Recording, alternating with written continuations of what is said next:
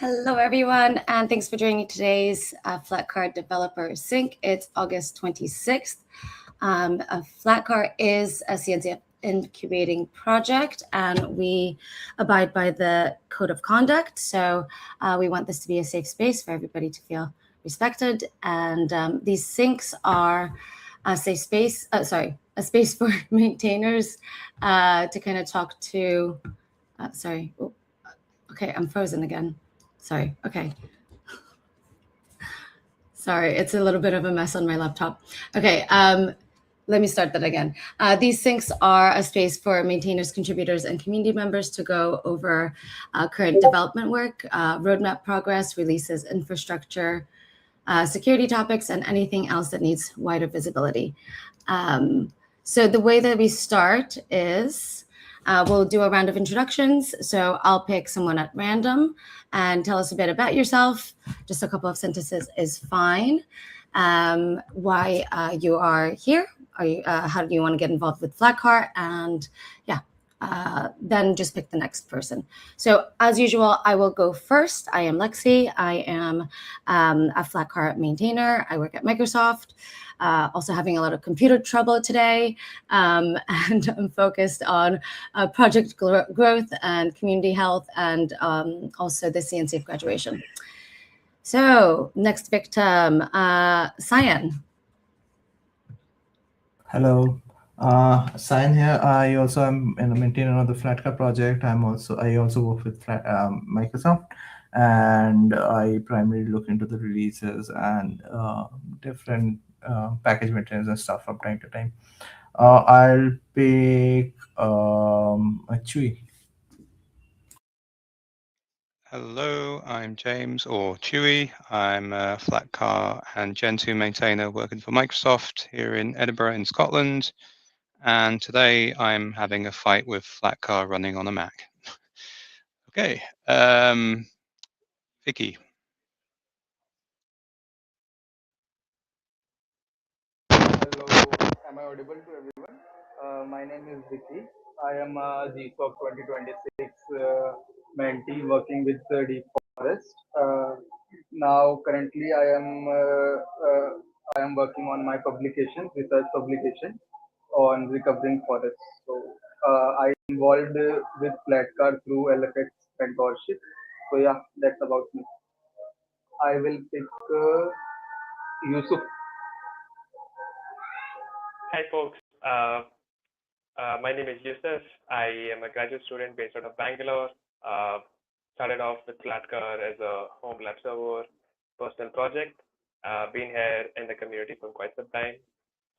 So yeah, that's a bit brief about myself. Next up, Tilo. Thanks, Yusuf. Hey, I'm Tilo. I've been with Flatcar for almost as long as Lexi, 2019, and long-time maintainer. Nowadays, I work for Microsoft, and I manage a team mostly focused on open source work. And one of our main focuses is Flatcar. But every now and then, I get my hands dirty on tech stuff as well. So currently, I'm helping with reviewing like the flood of new PRs and contributions that are coming in. Thank you, everybody, for helping us out as a project. And working with Lexi, more on that maybe later to kind of shape that into a longer momentum over time. Dongsu, why don't you go next? Hi, my name is Dongsu. I'm also one of the Flatcar maintainers at Microsoft, and I'm currently working on Flatcar security updates as well as some release. And yeah, that's it. Mustafa. Yeah, hello everyone. I'm also working for Microsoft. I'm not a Flatcar maintainer though, but I have been contributing a bit to the Nebraska project, and that's how I got involved in this community. And I'll pick Daniel.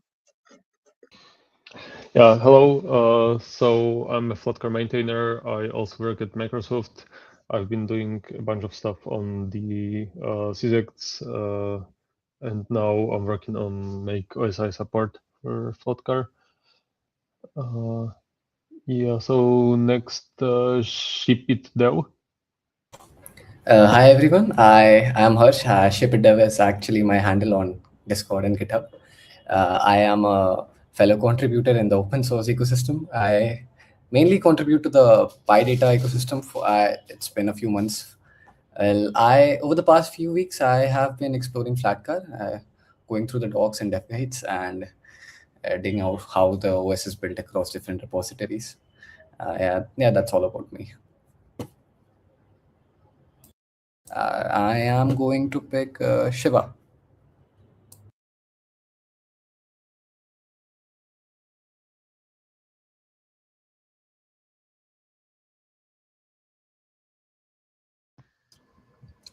Shiva, if you're talking right now, you're muted. You need to unmute. Oh, you have put a note in the chat. All right. Hello, everyone. I'm Shiva. I'm a second-year computer science student. I'm currently wrapping up my DISA project with this month and looking to explore the infrastructure side as well. So far, I've mainly been working on the application side, so I'm really interested in learning more about infrastructure and gaining some hands-on experience in that area. You came to the right place. Also, I'm currently traveling back to my college. I'm on a train right now. Oh, okay. Thank you for not exposing us to train noises. That's very very nice of you. All right, I'll be participating through the chat for now, and I will represent you in the meeting and make sure everybody can hear your messages. All right. You didn't pick a next one, so we're gonna choose one. I'll pick. Did we have Divesh yet? No. Oh, Divesh, can you go, please? Hello everyone. I'm Divesh from Sri Lanka. So I've been into open source for about 10 years. So I'm currently a sophomore in data science. I've been an internet and an AI agent harness for a Japanese company, and also I've got started using Flatcar when I want to run different microservices. So that's what I got into Flatcar and ending up in CNCF. Yeah, thank you. You need to pick the next one. Yeah. Next would be Prince. Hey everyone, I'm Prince. I'm a software engineering student, and I've been getting more involved with open source and CNCF ecosystem lately. I'm actually very new to Flatcar community, so I'm mainly here to learn, understand how the project works, and hopefully start contributing wherever I can. Yeah, that's it. Great. Thank you. And I think we only have one more person. Adrian, do you want to just go? Hello. Hey. Adrian here. I'm a Flatcar maintainer. Glad to be here. Thank you. I'm very happy to have you. All right. Well, thanks everyone for being here. And yeah, let's dive into the agenda. I'm just going to share the GitHub discussion. Everything's a little bit slow for me today with this computer. So does everybody see my screen? Yes. Great. Okay, so as usual, we'll kind of dive into the metrics and the advisory review. So I'll take the first part, then give it to Dong-Soo for the advisory status and planning. Actually, let me caveat this because we should be doing August, but we are actually doing the July contributor report. We were supposed to do 2 this month because we were behind, but because of the LFX mentorship influx, the contributor influx, we were just having some issues on exporting. I think, Tilo, is that correct? Like we just couldn't get everything together in one report.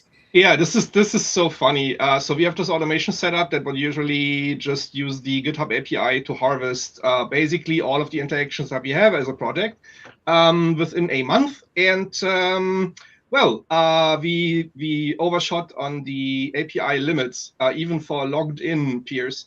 So we were using more than 6,000 API calls per hour. So I tried to pull these statistics for each week of the last month individually, and that didn't work because we again overshot the limits. So I'm now pulling for every single day. And since I need a 2-hour gap before I can start the next day, I'll be finished with the next step soon. Oh dear. Okay. Well, you know what? There's always next month, so we're fine. Okay, so let's just dive into this one. So we had 15 contribute. Oh no, hold on. I need to share the next screen. Great. So actually, we had the highest percentage of new contributors, at least until August. But for now, this is the highest one that we've had, with 15 new contributors, at least percentage-wise. Yeah, I think this is the best one that we've had since June of last year or something like that. So the 4 are. Oh, I didn't put it here. Give me a second. I'm really all over the place today. Okay. So the first one was Mustafa, who actually is on this course. He's from Microsoft and working on Nebraska. So that's our first call out. And then the next 2 are from the CNCF restructure work, the docs restructuring. So that is Uche and iRaindrop. And then we have the last one, official Assis, I don't know, Ashish, I don't know, Kumar. Anyway, working on Sussex Bakery. So those are the 4 new contributors. And aside from that, I had a bit of a mess doing the metrics because yeah, I think the new security triage repo was opened, and that really skewed a lot of the data from this month to the next. So I was working hard to try to figure out how to separate the 2, because I think what ended up happening is that there's like a lot of automated issues, and the issue counts were different. The response times also varied. So I had a really, I don't have much to report that I feel is going to be super accurate because of that. Yeah, so I'm kind of, yeah. The one thing I can say is that I think there was like 144 opened and 124 closed PRs, but those were actually for the docs restructure. So that was like a big chunk of that. Yeah, but that's at least, and if anybody wants to check this out, they can also look at the trends. But again, I looked closer into this analysis and I don't think it's correct. So maybe don't look too close. But at least the numbers that I mentioned right now are vetted and accurate. But if anybody wants to dive into a specific number, you have the link there. Okay, so that's it for that. Unless anybody has a question or comments before I move on.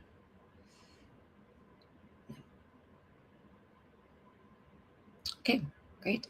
Dongsu, do you want to go into the advisory status? Yes. Recently, there were a huge number of new security issues, and as usual, I've been tracking, creating new issues, and that went up to 50 open issues. However, last week, weekly updates fixed 25 or more issues at the same time. So yeah, we are currently relaxed. So thanks, Krishna, for looking into that. That's it. Great, thank you so much. Okay, so we'll dive into the discussion portion. Tilo, I'm gonna go into the roadmap. Yeah, I think no No large changes here. We're just continuing to work on our main objectives. What's kind of missing there, I think you're going to add that we have a stronger focus on like modern immutable Linux systems and image-based Linux systems there. And we're working a little bit on integrating in KOSI, and there's some progress there. But in general, I think the LFX mentorship and learning from all of the new contributors that are coming in and adjusting us as a project is what's taken most of the last month since we spoke in end of July. So that was our main focus. No big progress on roadmap issues. In the technical board, that's more Cyan's thing. Cyan, anything notable you wanna raise? I don't think there's anything notable that we have been working on. Nice. Cool. Actually, I'm looking at this and I feel like the next two items, Matthew is not here. And is Irvin on? No. Tilo, how should we handle that? Should we skip it for now, or? I spoke to Irvin today, so I have like a rough idea of the state of Nebraska. It's basically what happened to the whole project happened in Nebraska as well. A lot of people picked it up and found items to work on.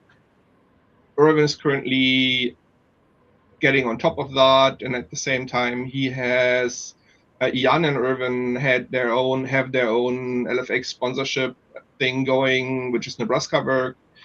And he's basically on top of that as well. He aligns with other Flatcar maintainers to unload them a little bit with reviewing applicants.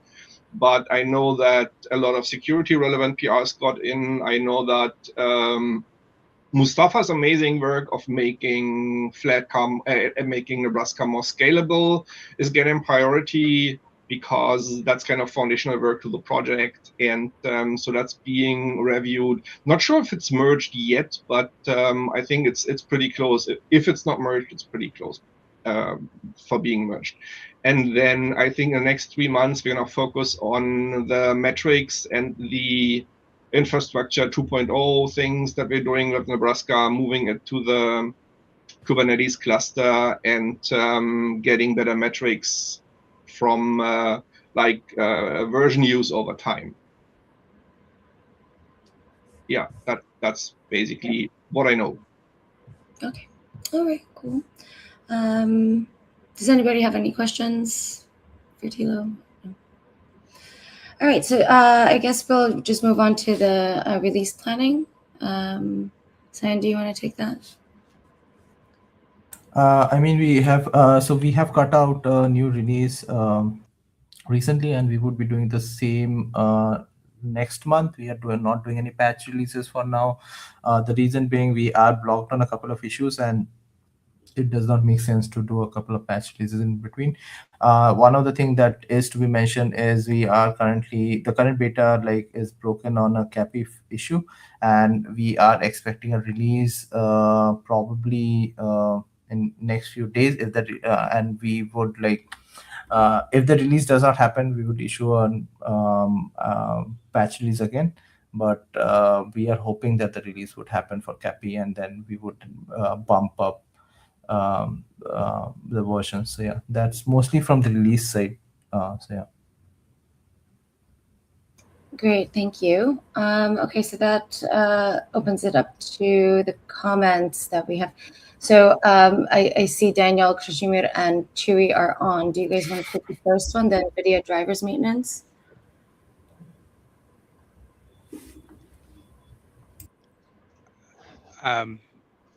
I didn't necessarily have any strong thoughts on this, so if someone else wants to go first.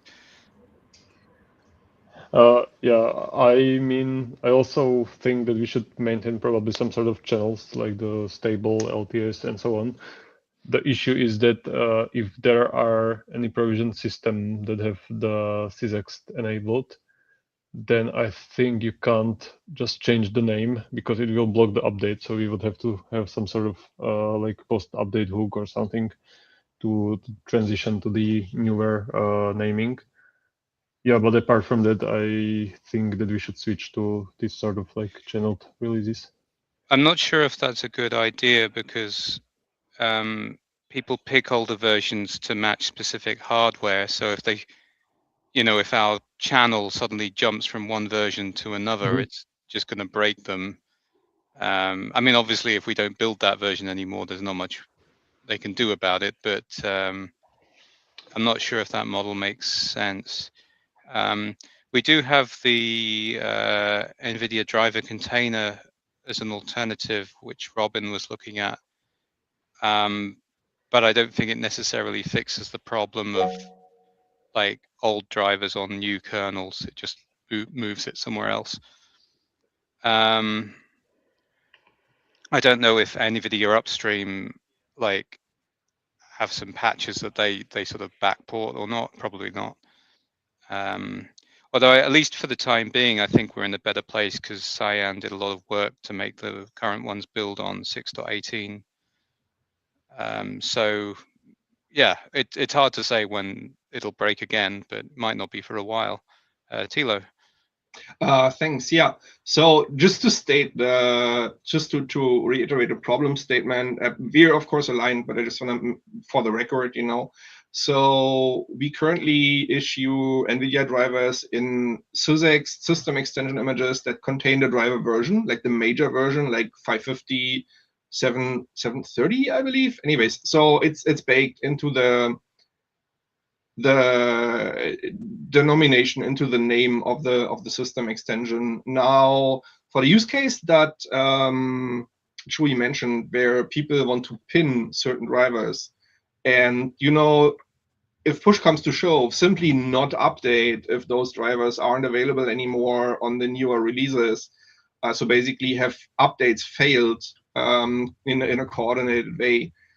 I think that would be easy to continue having, right? But just going ahead with the way we distribute drivers now, I think most folks, though, or at least a reasonable amount of GPU users out there would want to just follow updates and then get newer versions of the drivers for as long as the hardware is supported. So the idea is to introduce kind of channels the same way NVIDIA Upstream does. Like they have an LTS driver channel with a clearly identified LTS driver major version, and that will live, I don't know, for 3 or 5 years over newer kernel releases, to just basically map that into Flatcar and offer that same major version under a more generic LTS driver version. And then if that version was discontinued by NVIDIA Upstream, switch to the next LTS driver version. So in the case that the nodes where that LTS channel is being used, they would just upgrade to the next LTS driver version. And then users basically get a more fluid way of maintaining that. Now, if those drivers fail, they can always, delete their nodes afterwards and then pin their version by just using the specific driver name in the SysEx. But I think having a system where we can just not ship releases, major versions that aren't supported by NVIDIA Upstream anymore with Flatcar, and then have people have that expectation that they won't get any updates because, Upstream does not issue drivers for newer kernel versions anymore. I think we need to kind of codify that into Flatcar. This also includes a kind of latest channel where you will always get the latest NVIDIA driver. Which probably is a nice way for your canary nodes to, subscribe to latest and to notice early when new driver versions don't support your hardware anymore. So I think this is things we could have on the path forward, which would make our lives easier, because those system extension images would basically just be symbolic links to the respective LTS or or latest drivers, and then we would handle the fallout in the pre and post upgrade scripts. I think that's kind of, it's the way the Flatcar releases work, with alpha, beta, stable, and LTS channels, and it's probably the best way we can offer for NVIDIA drivers as well. I mean, outside of only supporting one single driver version, which just doesn't scale with people. And then something else that came up was the NVIDIA driver container. Now, that in particular is a nice way out for people who want to orchestrate their own drivers. So the NVIDIA driver container and the respective Kubernetes controller, they just give you a more or less operating system independent option to orchestrate driver versions across your fleet without talking to the operating system at all. So the thing we needed to do to the NVIDIA driver container there is to add Flatcar support and to get the right driver versions that are supported for the right Flatcar kernels that are running on the node. And as far as I understand, this is completed now. So people could actually go ahead and use like our kind of version of the NVIDIA driver container, which is available through the Flatcar org. I think it's even a container we ship over GHCR. Basically a Flatcar package that you could use, but that's another alternative that people could apply. I had a crazy idea about physics updates with NVIDIA drivers. So if someone uses an obsolete physics and can't update, so maybe we could do a post-update action that actually switches from physics to our NVIDIA driver service with the same version, because I think in the NVIDIA driver service you can configure which version you want to use. So we like with this driver service with the same version. The challenge, I get what you're saying. I hear what you're saying, but the challenge is that the only reason why we wouldn't ship a specific driver sysext anymore is because that major version doesn't build against the kernel that's incoming. So we would just push the failure mode basically down the road. And then it is predictable that the NVIDIA driver build service that we have via the dev container would also fail because the newer kernel it is supposed to support is not supported by the driver anymore, right? So gotcha. Yeah, that's a concern. But in any case, I think it's good to have this discussion because we have multiple paths forward here and multiple options that we can offer as an operating system. Why NVIDIA can't just make their kernels work across different hardware like everybody else? I don't know. I don't know if the situation's improved any with their new open driver, but I don't really use NVIDIA hardware, so I don't know. I think it's rather the large-scale users of NVIDIA GPUs. They are very sensitive regarding driver versions and their workloads that they tune to exactly that version. So they might want to pin a version, and in that case, never update to an operating system that is not supported by that version anymore. You can actually have that in general purpose Linuxes by installing the NVIDIA driver -version number package. And then if you upgrade the kernel, package, it would basically tell you a conflict that this driver isn't supported anymore. So that's basically what we're doing with the sysext already. The new thing would be for general purpose package-oriented Linux distributions, you have the option to install just NVIDIA driver, right? And that is a virtual package, a meta package that would point to the relative latest NVIDIA package that you're going to pull. And then when a new kernel comes out, you have a kernel upgrade, then you also have a new NVIDIA driver package that comes out, a new major version, and would automatically pull in both.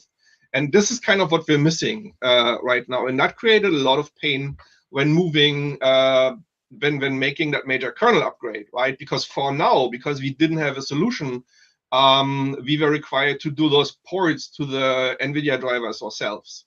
And then that bought us a few months, maybe half a year, maybe longer, in which we can introduce a more elegant solution to either just, having fluid NVIDIA drivers and have us pick the driver version for you, or pinning a specific driver version, that's what already works, and then failing the update should the new kernel not support that driver anymore.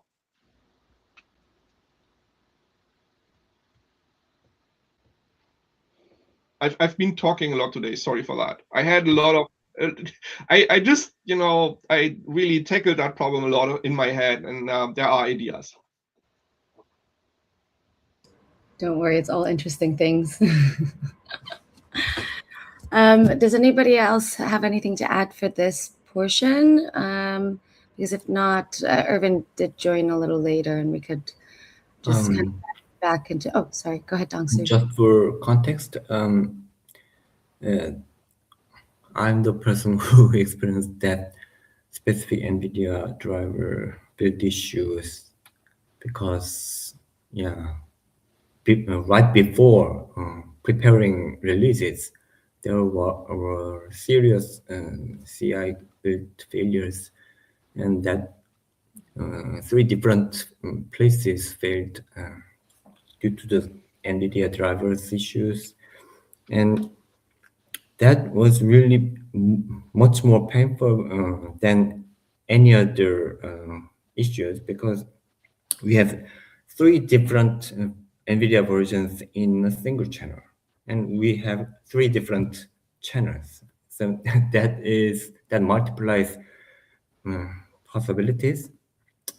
And at the same time, if we are able to cherry pick some fix into other channels, then it's okay. However, it does not work in that case always. Yeah, sometimes I needed to manually edit the patch to be able to cherry pick to the other area or other channel. That is a pain, and so I think we should probably start working on only on main, at least to the newest version, and someone needs to start working on it. Yeah, because if we do not touch things like this, then it will stay as before, like that, and nothing changes. That's it. Yeah, thanks, Dongsu, and yeah, your work is appreciated. So I think we can. Yes, I am. Yeah, so I wanted to mention that maybe we can bring this topic at least for next few calls. I will personally think on this. I also faced the issue when updating to 6.18 because there was a lot of API changes which led to like breakages and took some time to understand where the failures are happening. And maintaining those patches would definitely get harder and harder, in my opinion. So let's keep bringing this topic until we have found the solution. But I definitely will spend some time over the next month to think what can be done. So maybe have some more ideas. We'll probably discuss with Thilo, because Thilo has been brainstorming, and others as well. So so as to think on what can be done here. Yeah. Yeah, I made a note of it to put it into the discussion notes for the next few weeks. So we'll make sure that doesn't fall through. Okay, cool. Irvin, do you want to? Sorry, does anybody have anything else to say about NVIDIA? No. All right, Irvin, do you want to just give us a little update on what's going on with Nebraska? Hi, everyone. Sure. To give you a brief overview on Nebraska project, in the past weeks, I think the work that is in spotlight is the one from Mustafa.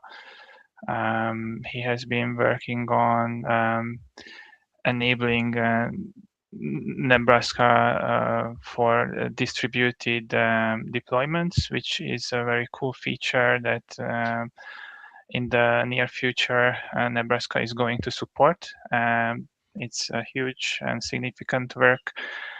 So I was giving him a little bit of support, reviewing his changes and so on and so forth. Regarding where my attention went mostly was reviewing some PRs and merging in low-hanging fruits. At the same time, I was trying to work towards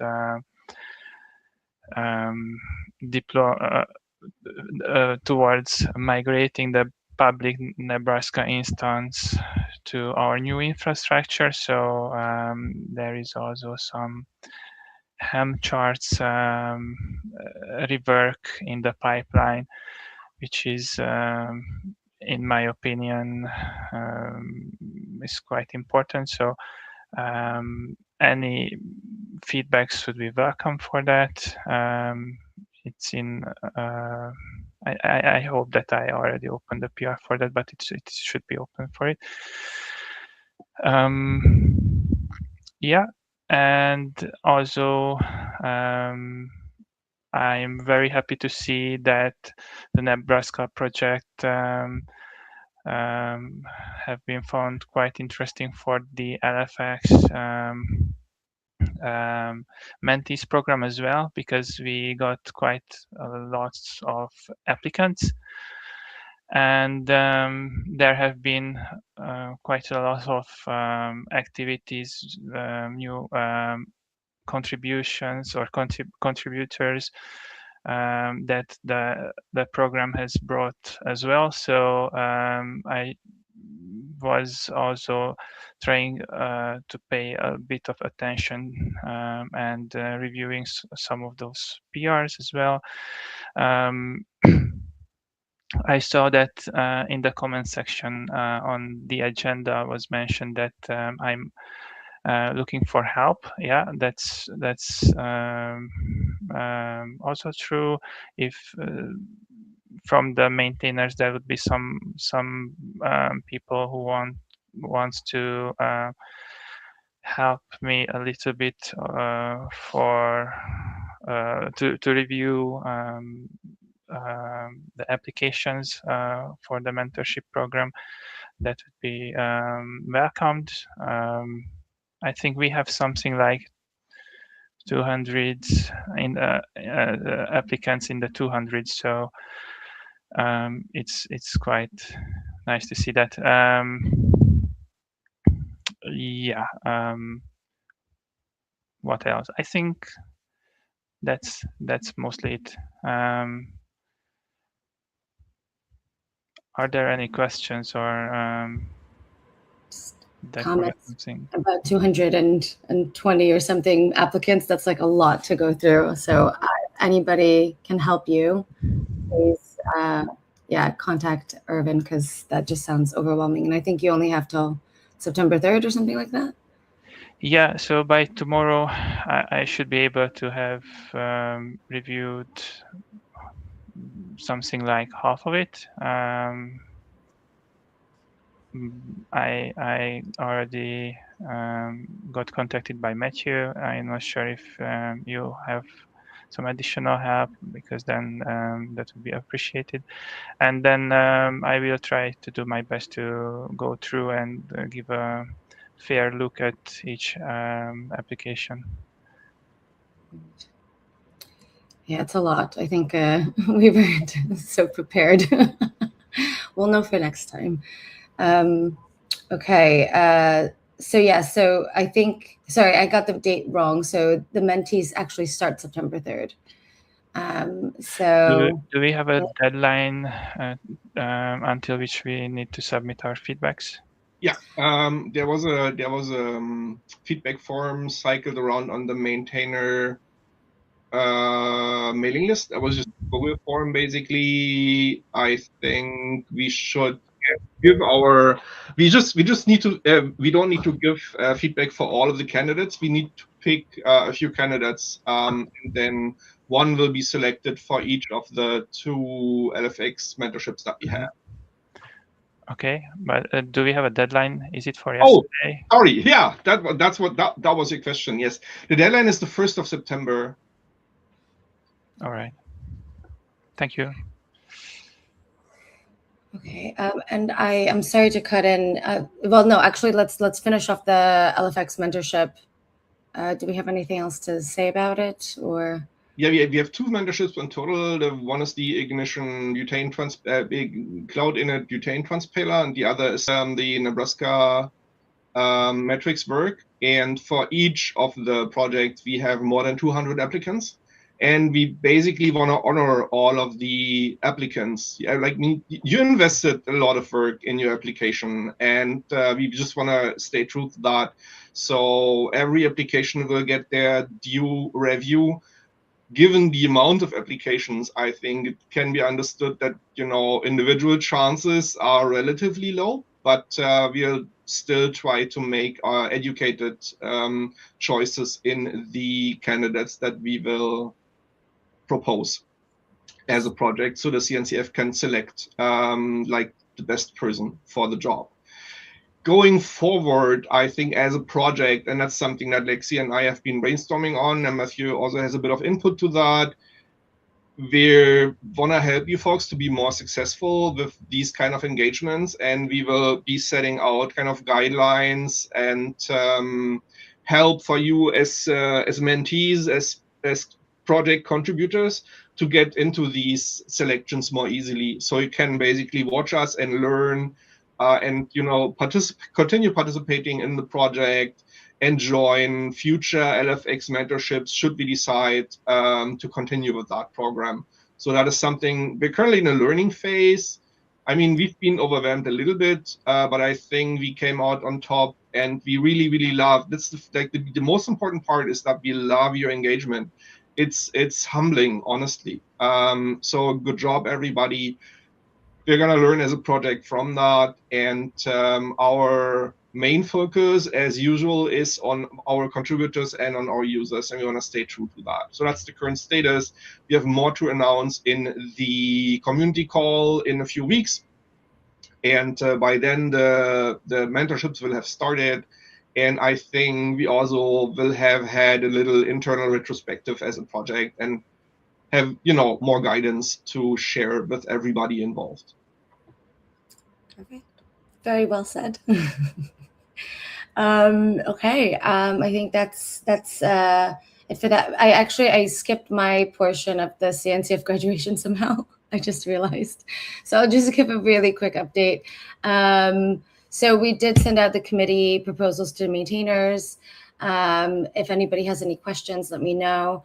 I will be away next week and the following week, and then Jan is away. But if anything, I'll be back on the 15th. So let me know if you have any questions before then or after the 15th, before the week is done this week.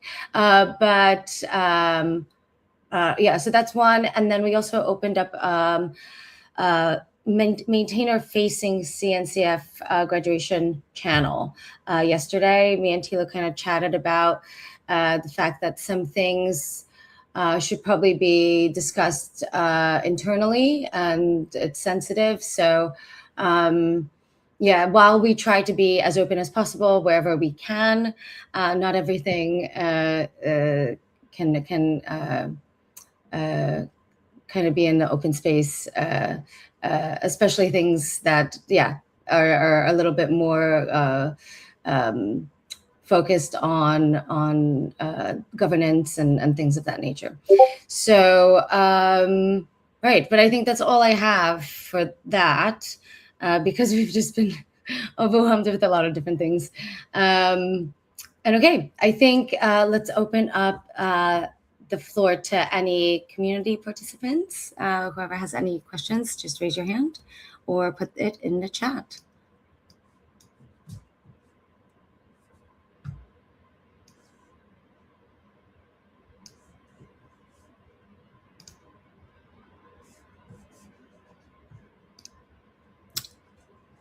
Okay, if nobody has any questions. Oh, yep. Go ahead. Shipit Dev.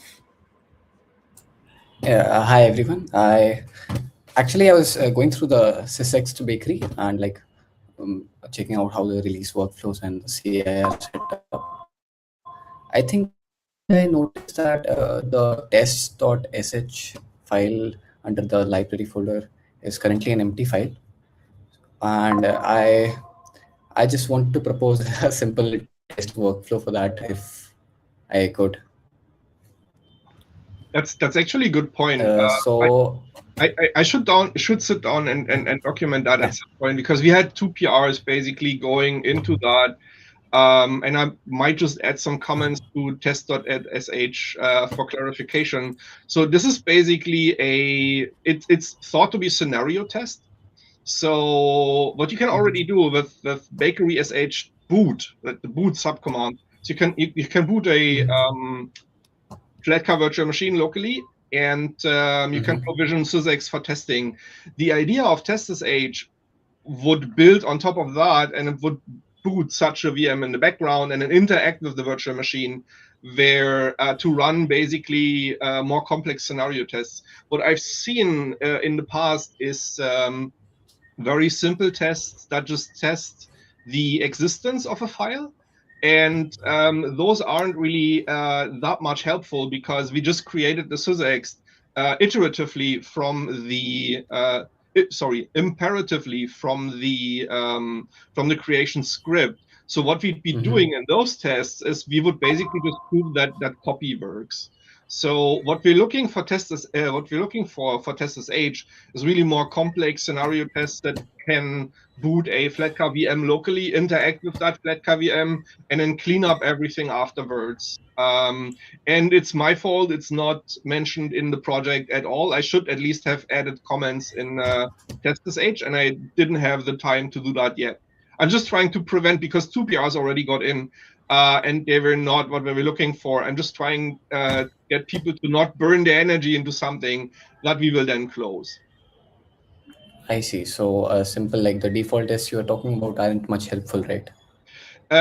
If you want to look into tests, like I'm not going to stop you. I'm actually helping you along the way if that's something that interests you. Please check out the bakery.sh boot command. So it had bakery boot, the boot a SysEx on a Flatcar VM.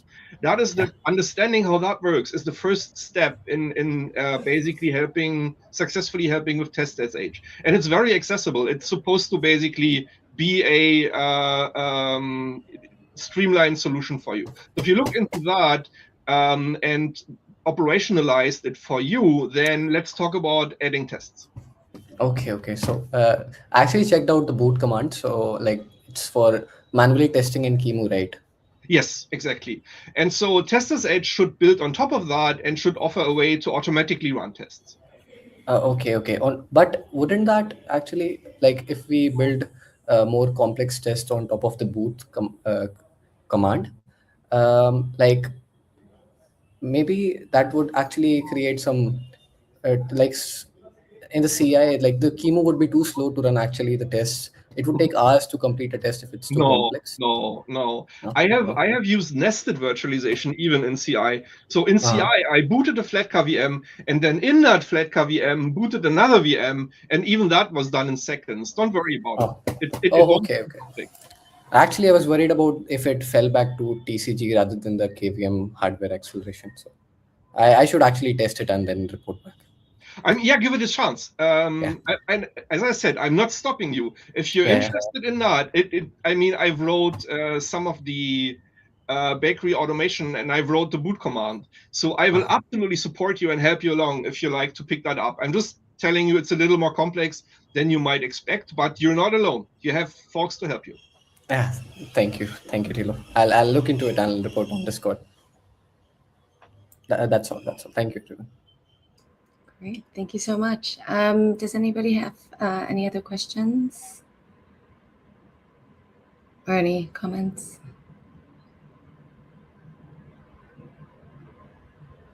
Okay, I guess we will wrap up there. So the next office hours are September 10th, and the next developer sync is September 24th. Both are on a Wednesday at 2:30 UTC. I believe probably after September, we're going to be updating the date to Thursday, but I think we're going to have a bit of more of a discussion about it. But yeah, there will be a change coming. So yeah, that's it for today. I apologize for the technical difficulties at the beginning. I'll have to do a full reboot after this. So if you have any questions or want to get more involved, or yeah, come find us on Discord, GitHub, and CNCF or Kubernetes Slack. Yeah, we're around, but yeah, please practice patience because there's just a lot going on, and we're doing our best. So yeah, thank you for joining, everyone, and have a great day. Bye-bye.